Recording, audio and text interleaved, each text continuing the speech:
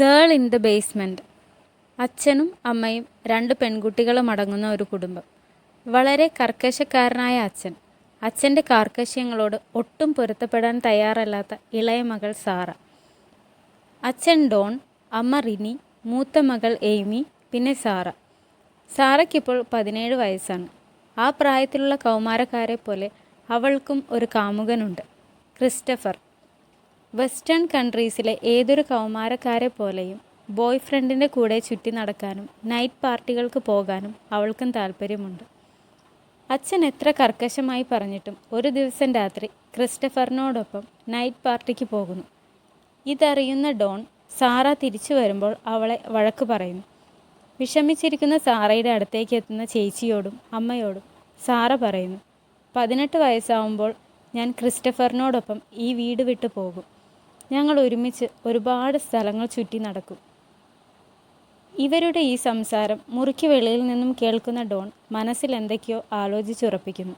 ഒരിക്കൽ അമ്മയും ചേച്ചിയും വീട്ടിലില്ലാത്ത ഒരു ദിവസം ഡോൺ സാറയെ ഒരു പെട്ടി പിടിക്കാൻ ഹെൽപ്പ് ചെയ്യുമോ എന്ന് ചോദിച്ച് വിളിക്കുന്നു. അവൾ അതിനായി അയാളോടൊപ്പം പോകുന്നു. ആ വീട്ടിലെ ബേസ്മെൻറ്റിൽ ഇന്ന് വരെ അവൾ കണ്ടിട്ടില്ലാത്ത ഒരു റൂമിലേക്കാണ് ആ പെട്ടിയുമായി അയാൾ അവളെ കൊണ്ടുപോകുന്നത്. പെട്ടി അവിടെ വെച്ച് ആ റൂം അതിശയത്തോടെ നോക്കി നിൽക്കുന്ന സാറയെ ഒട്ടും പ്രതീക്ഷിക്കാതെ അയാൾ ലോക്ക് ചെയ്യുന്നു. ആ 17-കാരിയുടെ പിന്നീടുള്ള 20 വർഷങ്ങൾ ആ ബേസ്മെൻറ്റിലായിരുന്നു. ലോക്ക് ചെയ്തു പോയ ഡോൺ 4 ദിവസങ്ങൾക്ക് ശേഷമാണ് അങ്ങോട്ട് വരുന്നത്. അതുവരെ അവൾക്കുള്ള സാധനങ്ങളൊക്കെ ആ പെട്ടിയിലുണ്ടായിരുന്നു. 4-ാം ദിവസം അവിടെ എത്തുന്ന അയാളെ തട്ടിമാറ്റി അവിടെ നിന്നും ഓടി രക്ഷപ്പെടാനൊക്കെ അവൾ ശ്രമിക്കുന്നുണ്ട്. എന്നാൽ അവൾക്കതിന് സാധിക്കുന്നില്ല. അവൾ റേപ്പ് ചെയ്യപ്പെടുന്നു. അയാളെ അച്ഛൻ എന്ന് വിളിക്കുന്നത് ശരിയല്ല. എങ്കിലും അവളുടെ അച്ഛൻ്റെ തന്നെ 4 കുട്ടികളെ അവൾ അവിടെ വെച്ച് ഗർഭം ധരിക്കുകയും പ്രസവിക്കുകയും ചെയ്യുന്നുണ്ട്. ആദ്യത്തെ കുട്ടി മറിയ, പിന്നെ മൈക്കിൾ. ആ 2 കുട്ടികളെയും ആ ബേസ്മെൻറ്റിൽ തന്നെ എങ്ങനെയോ സാറ വളർത്തി. എന്നും എപ്പോഴും എങ്ങും ഇരുട്ടും സങ്കടവും തളം കെട്ടി നിൽക്കുന്ന ആ ബേസ്മെൻറ്റിൽ അവരുടെ നിലവിളികളും തേങ്ങലുകളും പുറത്തേക്ക് കേൾക്കാത്ത വിധം സൗണ്ട് പ്രൂഫാക്കിയ ആ മുറിയിൽ തന്നെയായിരുന്നു മറിയയും മൈക്കിളും ജനിച്ചതും വളർന്നതും.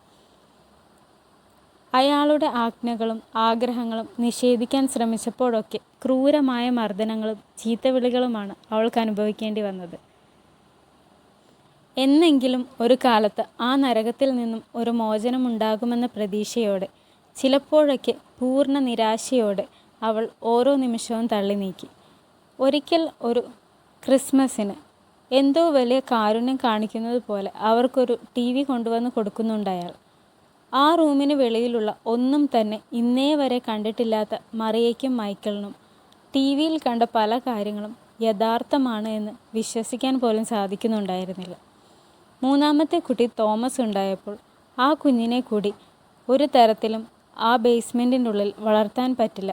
അതിനാൽ അവനെ തൻ്റെ അമ്മയെ ഏൽപ്പിക്കണമെന്ന് സാറ അയാളോട് പറയുന്നു. അത് കേൾക്കുമ്പോൾ ഡോൺ അവളോട് ചോദിക്കുന്നു, നീ എന്ത് തരം അമ്മയാണ്? സ്വന്തം കുഞ്ഞിനെ മാറ്റി നിർത്താൻ നിനക്ക് എങ്ങനെ മനസ്സ് വരുന്നു എന്ന്. അയാളുടെ ഈ ചോദ്യം കേട്ട് അയാളെ തന്നെ നോക്കി ഒന്നും മിണ്ടാതിരിക്കുന്ന സാറ അപ്പോൾ കടന്നു പോയിരിക്കുന്ന മാനസിക സംഘർഷം അത് വാക്കുകൾ കൊണ്ട് പറയാവുന്നതിലും സിനിമയിലൂടെ കാണിക്കാവുന്നതിലും അപ്പുറമാണെന്ന് തോന്നി.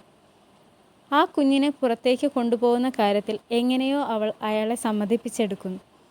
കുഞ്ഞിനെ ഒരുക്കി തൊട്ടിലിലാക്കി കൂടെ ഇത് തൻ്റെ കുഞ്ഞാണ്, അവനെ നന്നായി നോക്കണം എന്ന കത്തുമെഴുതി വെച്ച് ആ കുഞ്ഞിനെ ഡോണിൻ്റെ കയ്യിൽ കൊടുത്തുവിടുന്നു. ആരും അറിയാതെ അവനെ ഡോറിന് മുന്നിൽ കൊണ്ടുവന്ന് വെച്ച് അയാൾ തന്നെ കോളിംഗ് ബെല്ലടിച്ച് ഒന്നും അറിയാത്ത പോലെ അയാൾ ഭാര്യയോടും മകളോടും ഒപ്പം കുഞ്ഞിനെ എടുക്കുന്നു. കുഞ്ഞിൻ്റെ തൊട്ടിലിൽ ഡോൺ അറിയാതെ താൻ ഈ വീടിൻ്റെ ബേസ്മെൻറ്റിലുണ്ടെന്നും ഡോൺ തന്നെ ഇവിടെ പൂട്ടിയിട്ടിരിക്കുകയാണെന്നും പറഞ്ഞുകൊണ്ട് അവളുടെ അമ്മയ്ക്ക് അവളൊരു ചെറിയ നോട്ട് വച്ചിരുന്നു. നിർഭാഗ്യവശാൽ അത് ഡോണിൻ്റെ കയ്യിൽ തന്നെ കിട്ടുന്നു. അന്ന് രാത്രി ബേസ്മെൻറ്റിൽ വന്ന ഡോൺ അവളെ ഒരുപാട് ഉപദ്രവിക്കുന്നുണ്ട്. സാറ എവിടെയോ ജീവനോടെ ഉണ്ടല്ലോ എന്നൊരാശ്വാസം റിനിക്കും കിട്ടുന്നുണ്ട്. സാറയെ പോലീസ് അന്വേഷിച്ചിട്ട് കണ്ടെത്താൻ സാധിക്കാത്തതിനാൽ ഒരു പ്രൈവറ്റ് ഡിറ്റക്റ്റീവിനെ കൊണ്ട് അന്വേഷിപ്പിക്കണമെന്ന് റിനി ആവശ്യപ്പെടാൻ തുടങ്ങിയിട്ട് കുറേയായി. ഇപ്പോൾ തന്നെ സാറയ്ക്ക് വേണ്ടി ഒരുപാട് പണം മുടക്കി. ഇനിയും അധികം മുടക്കാൻ സാധിക്കില്ല എന്ന് പറഞ്ഞ് അയാൾ അതിൽ നിന്നും ഒഴിഞ്ഞു മാറുന്നു. എന്തായാലും തോമസിനെ റിനി നന്നായി വളർത്തുന്നു. അവന് അവൻ്റെ ചേട്ടനെയും ചേച്ചിയെയും പോലെ ആകാശവും മണ്ണും മരങ്ങളും പൂക്കളും കാണാനാവാതെ വളരാനുള്ള ദുർവിധി ഉണ്ടാവുന്നില്ല. ഒരിക്കൽ ഡോൺ മറിയയ്ക്കൊരു മേക്കപ്പ് ബോക്സ് കൊടുക്കുന്നു. അത് വെച്ച് മേക്കപ്പൊക്കെ ചെയ്ത് ഡോണിൻ്റെ അടുത്ത് ചെന്ന് അയാളെ കാണിക്കുന്ന മറിയയെ കയ്യിൽ പിടിച്ചുകൊണ്ട് അവളെ സൂക്ഷിച്ചു നോക്കുന്ന ഡോണിനെ കാണുമ്പോൾ സേറയ്ക്ക് അസ്വസ്ഥത അനുഭവപ്പെടുന്നു. അയാളുടെ സ്വഭാവം അവൾക്ക് നന്നായി അറിയാം. അവളെ അയാളുടെ അടുത്ത് നിന്നും മാറ്റാൻ ശ്രമിക്കുന്നു. അയാൾ തന്നോട് കാണിച്ച ക്രൂരത തൻ്റെ മകളോടും കാണിക്കാൻ മടിക്കില്ല എന്ന് സാറയ്ക്ക് നന്നായി അറിയാം. ഒരിക്കൽ സേറ 4ാമതും പ്രഗ്നൻ്റ് ആയിരിക്കുന്ന സമയത്ത് നല്ല പെരുമഴ പെയ്യുമ്പോൾ റൂമിൽ ചോർച്ച വരുന്നു. അത് കാണുമ്പോൾ അവൾ കയ്യിൽ കിട്ടിയതൊക്കെ എടുത്ത് അവിടെ മാന്തിപ്പൊളിച്ച് ചെറിയ ദ്വാരമുണ്ടാക്കി അതിലൂടെ ടോർച്ചടിക്കുന്നു. വഴിയിലൂടെ പോകുന്ന ആരുടെയെങ്കിലും ശ്രദ്ധയിൽപ്പെട്ടാൽ അങ്ങനെ അവിടെ നിന്നും രക്ഷപ്പെടാൻ പറ്റിയാലോ എന്നതായിരുന്നു അവളുടെ ചിന്ത. എന്നാൽ അവിടെയും അവൾക്ക് നിർഭാഗ്യം തന്നെയായിരുന്നു. വഴിയിലൂടെ പോകുന്ന ഒരാൾ അത് കാണുകയും വീട്ടിൽ കയറി കോളിംഗ് ബെൽ അടിച്ചപ്പോൾ ഡോൺ ആണ് വന്ന് ഡോറ് തുറന്നത്. അവിടെ എന്തോ ലൈറ്റ് ബ്ലിങ്ക് ചെയ്യുന്നു എന്ന് അയാൾ ഡോണിനോട് പറയുന്നു. അവിടെ വന്ന് നോക്കി കാര്യം മനസ്സിലായ ഡോൺ ബേസ്മെൻറ്റിലെത്തി സാറയെ വളരെ ക്രൂരമായി അടിക്കുകയും ചവിട്ടുകയും ഒക്കെ ചെയ്യുന്നുണ്ട്. പൂർണ്ണ ഗർഭിണിയാണ് എന്ന യാതൊരു പരിഗണനയും അയാൾ അവൾക്ക് കൊടുക്കുന്നില്ല. പിന്നീട് പ്രസവിക്കുന്ന അവളുടെ കുഞ്ഞ് മരിച്ചു പോകുന്നു. മറിയയും മൈക്കിളും ഡോണിനോട് തങ്ങളെ പുറത്തു കൊണ്ടുപോകണമെന്നും പുറത്തെ കാഴ്ചകളൊക്കെ കാണിക്കണമെന്നും ആവശ്യപ്പെടുന്നു. അതിന് അയാൾ അവരോട് പറയുന്നത്, നിങ്ങളുടെ അമ്മ പറഞ്ഞാൽ അനുസരിക്കാത്തവളായതുകൊണ്ടാണ് നിങ്ങളെയും പുറത്തു കൊണ്ടുപോകാത്തത് എന്നാണ്. ഇത് കുട്ടികൾക്ക് അവളോടുള്ള നീരസത്തിന് കാരണമാവുന്നു. ഇതും പറഞ്ഞ് അവർ അവളോട് എതിർത്ത് സംസാരിക്കുകയും ദേഷ്യപ്പെടുകയും ഒക്കെ ചെയ്യുന്നുണ്ട്. തൻ്റെ അവസ്ഥ മക്കളെ എങ്ങനെ പറഞ്ഞു മനസ്സിലാക്കുമെന്ന് പോലും അറിയാതെ സാറ വിഷമിക്കുന്നുണ്ട്. എങ്ങനെയെങ്കിലും അത് അവരെ പറഞ്ഞു മനസ്സിലാക്കാൻ തന്നെ അവൾ തീരുമാനിക്കുന്നു. ഡോൺ തൻ്റെ സ്വന്തം പിതാവാണെന്നും അയാൾ അവളെ അവിടെ ബലമായി ലോക്ക് ചെയ്തിരിക്കുകയാണെന്നും അവൾ അവരെ പറഞ്ഞ് മനസ്സിലാക്കുന്നു.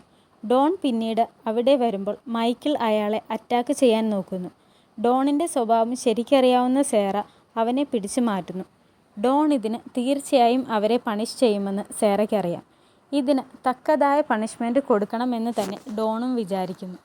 മാത്രമല്ല ഇവർക്ക് കൂടി ചിലവിന് കൊടുത്ത അയാൾ സാമ്പത്തികമായും ബുദ്ധിമുട്ടുന്നുണ്ടായിരുന്നു. അതിനാൽ ഇവരെ കൊന്നു കളയാൻ തന്നെ ഡോൺ തീരുമാനിക്കുന്നു.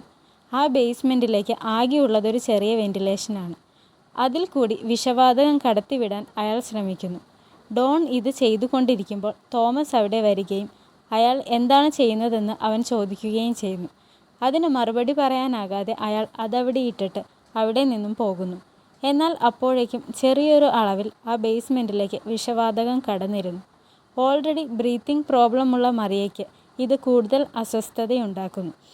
അവൾ ശ്വാസമെടുക്കാൻ ഒരുപാട് പ്രയാസപ്പെടുന്നു. ഡോൺ അവിടെ എത്തുമ്പോൾ മറിയയെ ഹോസ്പിറ്റലിൽ കൊണ്ടുപോയില്ലെങ്കിൽ അവൾ മരിച്ചു പോകുമെന്നും എങ്ങനെയെങ്കിലും അവളെ ഹോസ്പിറ്റലിൽ കൊണ്ടുപോകണമെന്നും പറയുന്നു. വേറെ വഴിയൊന്നുമില്ലാതെ അവളെ ഡോൺ ഹോസ്പിറ്റലിൽ കൊണ്ടുപോകാമെന്ന് സമ്മതിക്കുന്നു. പുറത്തിറങ്ങിയാൽ സേറ ആരോടും ഒന്നും മിണ്ടരുതെന്നും അയാൾ പറയുന്നതൊക്കെ അനുസരിച്ച് തൻ്റെ കൂടെ തന്നെ നിൽക്കണമെന്ന് ഡോൺ അവളെ താക്കീത് ചെയ്യുന്നു. അവർ വരുന്നതുവരെ മൈക്കിൾ റൂമിൽ ഒറ്റയ്ക്കായിരിക്കുമെന്നും റൂമിലേക്കുള്ള പവർ ഓഫ് ചെയ്തിരിക്കുന്നതിനാൽ വരാൻ വൈകുന്തോറും അവന് ശ്വാസതടസ്സം അനുഭവപ്പെടുമെന്നും അയാൾ പറഞ്ഞു പേടിപ്പിക്കുന്നു. അങ്ങനെ മറിയയുമായി ഡോണിനോടൊപ്പം പുറത്തിറങ്ങുന്ന സേറ തൻ്റെ വീടും സ്ഥലവുമൊക്കെ 20 വർഷങ്ങൾക്ക് ശേഷം കാണുന്നു.